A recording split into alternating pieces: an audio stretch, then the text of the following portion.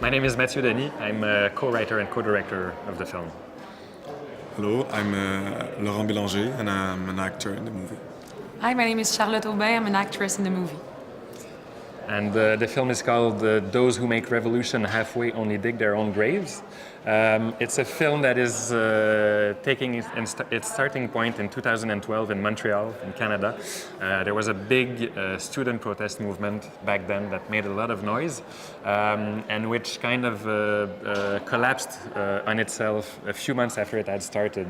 And our film is about 4 fictional characters who we imagine could have been very much involved in this student protest movement, and we pick up with them 5 years after the fact and trying to see where they're at 5 years later, after having basically they withdrew from society because they were sad and bitter and angry about the outcome of their movement. And at the moment where we pick up with them, they decide that they want to try and change the world again, but this time by resorting to much more radical means. So that's the film in a nutshell. Après 12 semaines de grève, d'assemblées, de manifestations, d'arrestations, de solidarité, on aboutit à quoi? Tu sais, moi aussi j'ai essayé, hein. À un moment donné, tu vieillis, tu commences à avoir peur. Il faut que tu travailles, tu gagnes de l'argent, puis pour ça, tu laisses de côté tes idées de grandeur. Ben, je m'excuse, mais moi je dis non! Et on n'a pas passé 3 mois dans la rue pour accepter ça! Non!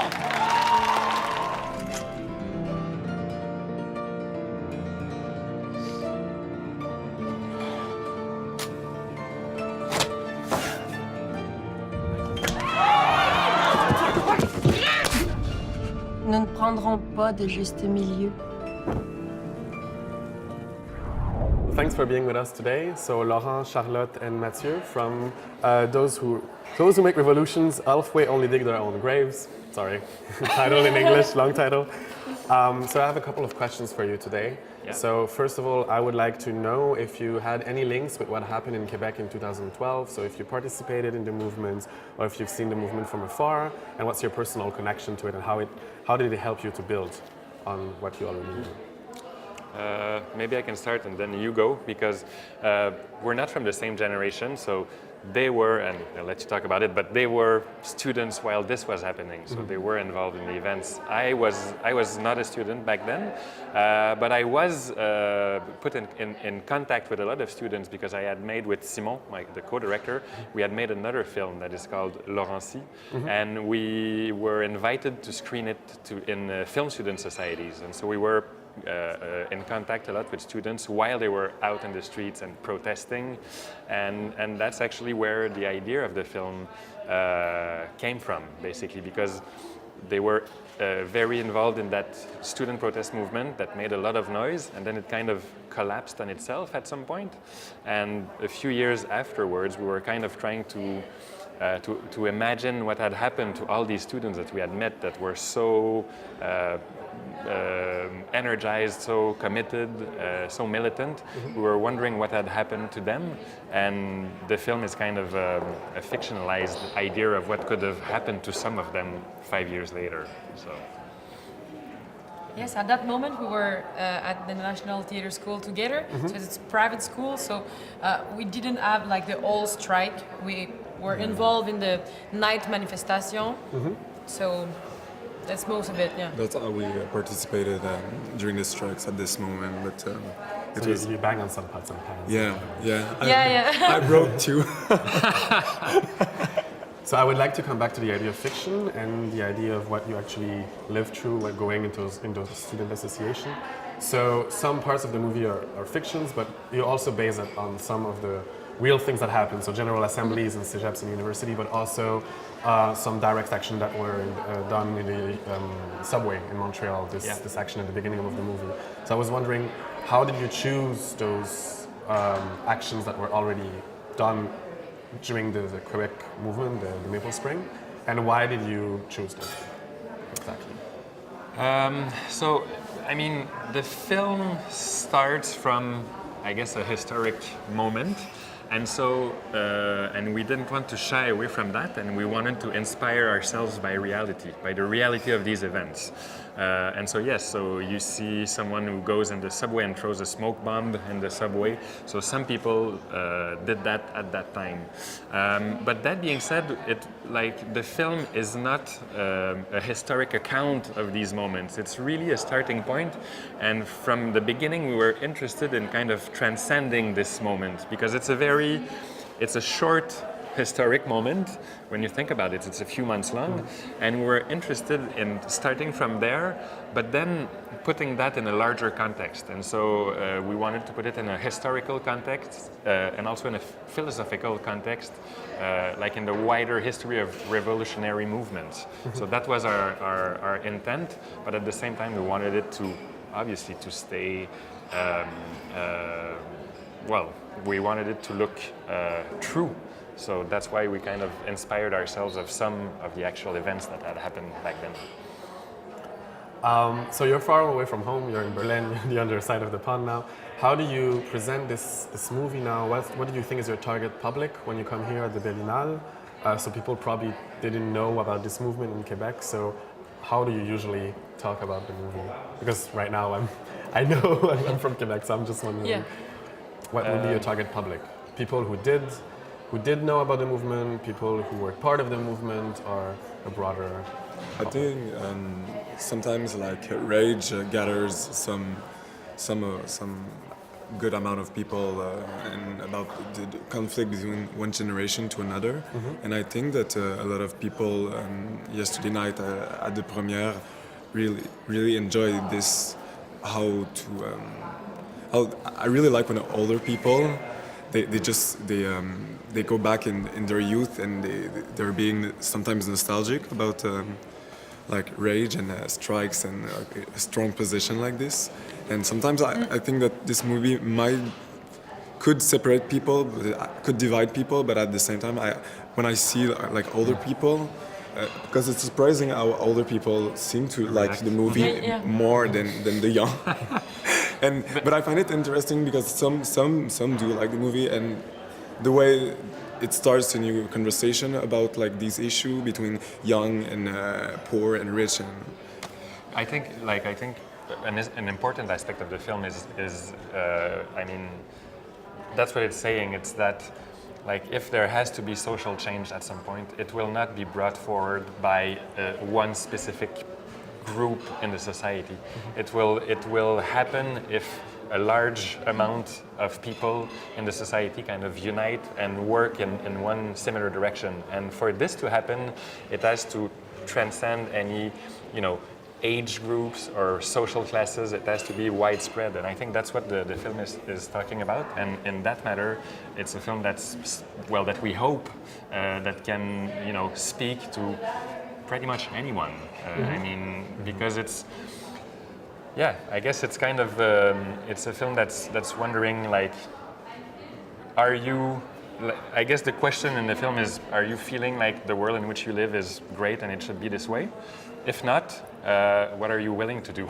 Will you just stand still and wait for it to change, or will you actually try and do something concrete for it to change? And I think this question, anybody should be asking that to themselves right now. So you must be happy that the movie, so following up on what you just said, you must be happy that the movie was selected for Generation. How do you feel about it? And how do you feel about being also selected for the Teddy Awards? So the queer list of the Berlin. I'll jump in, and then you can.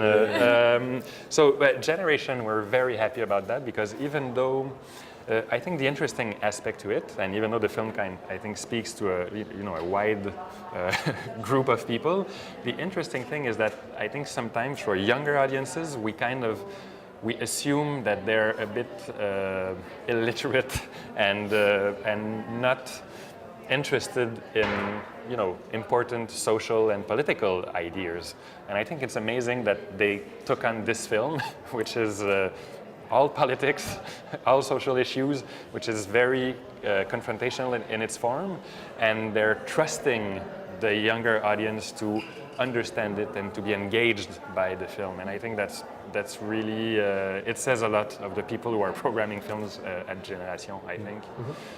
And in terms of the Teddy Awards, if I can, like one thing that I really like about the fact that we've been included in that list is that I guess the film was not made with, it's not made with the idea of, how can I say, it doesn't have like a LGBTQ focus on the film, but it's including LGBTQ characters in the film, but everyone is on the same level.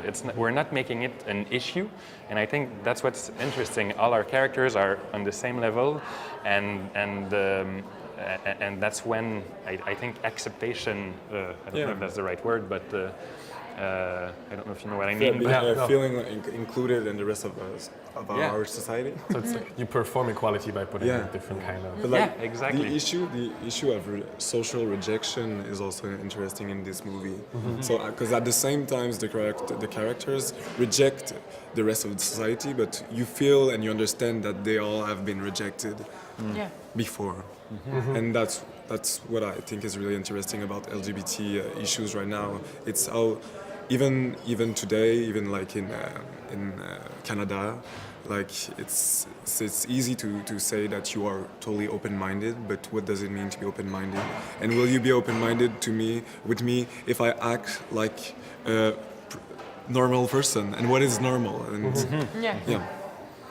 So my next question will be more for the two of you guys.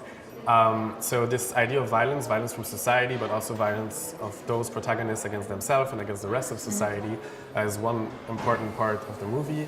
Radicalism, radicality. So did you see, like in your performance during the movie, do you also see this radicalism as a sort of performance, something that you also wanted to put on screen? How did you prepare yourself for this?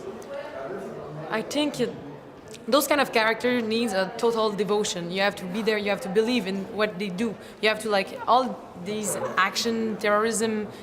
You have to trust your character and follow.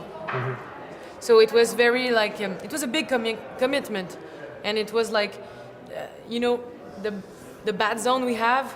We were like always exploring in these zones. So it was very, very like something. So you discover things about yourself while doing this. Yeah. And maybe a sadness I didn't know I had about that. Yeah. Okay, interesting. That's what I would say. And for you?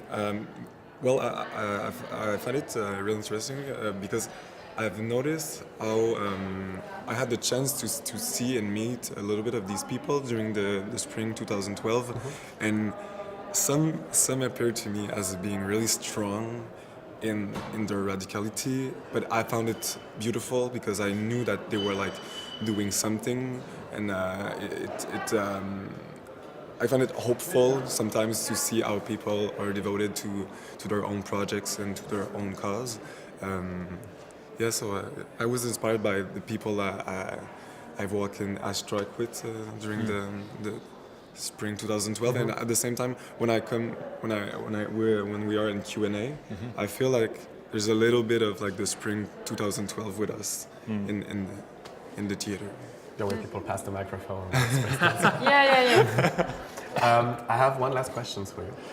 So the movie got a lot of praise in Canada, but also starts to have a lot of praise also in the international. But you also had some strong critique on the social media from the people you were already talking about now. So the people who performed the radicality you were performing in that movie in some kind of way. So what did you think? Do you have some words about those critiques that we can read on the social media right now from people who actually did the protest you are narrating? I mean, obviously the film that Simon and I wrote and directed is written and directed by people who were not directly involved in the student protest movement when it happened, because we were not students back then. Someone who was inside the movement while it was happening. So I think, obviously that's going to create some resentment with some people, because they feel like they're kind of robbed of their own memories of the event.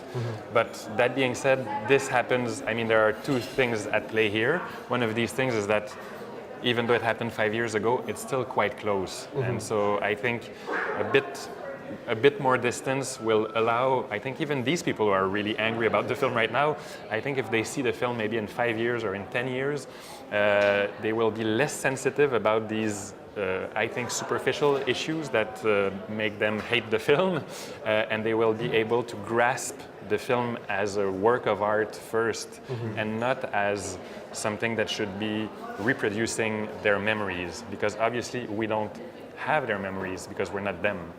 And also the other, I think, issue at play here is that there's kind of a malentendu, we say, a misunderstanding.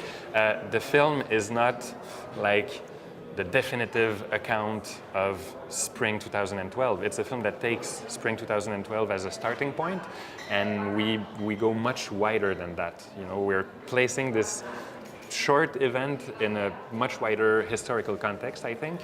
And most of the film is taking place today, so it's not solely about this event. So I think if you see the film in that way, even if you were involved in the events in 2012, then you can have a different perspective.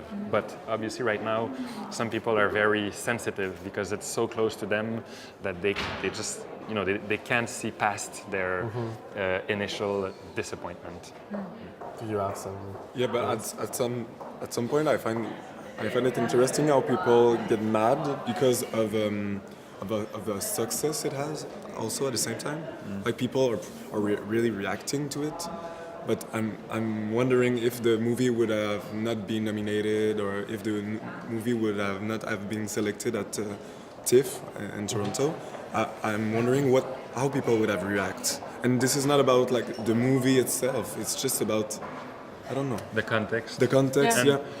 And one thing I could add is that, you know, I would really encourage these people who are really angry, well, you know, make your film or write your book or, you know, write your play or write a song about, you know, your view on these events. We don't pretend that we own the truth about this moment. It's our personal point of view, and we're really looking and hoping that some other point of views will be coming out.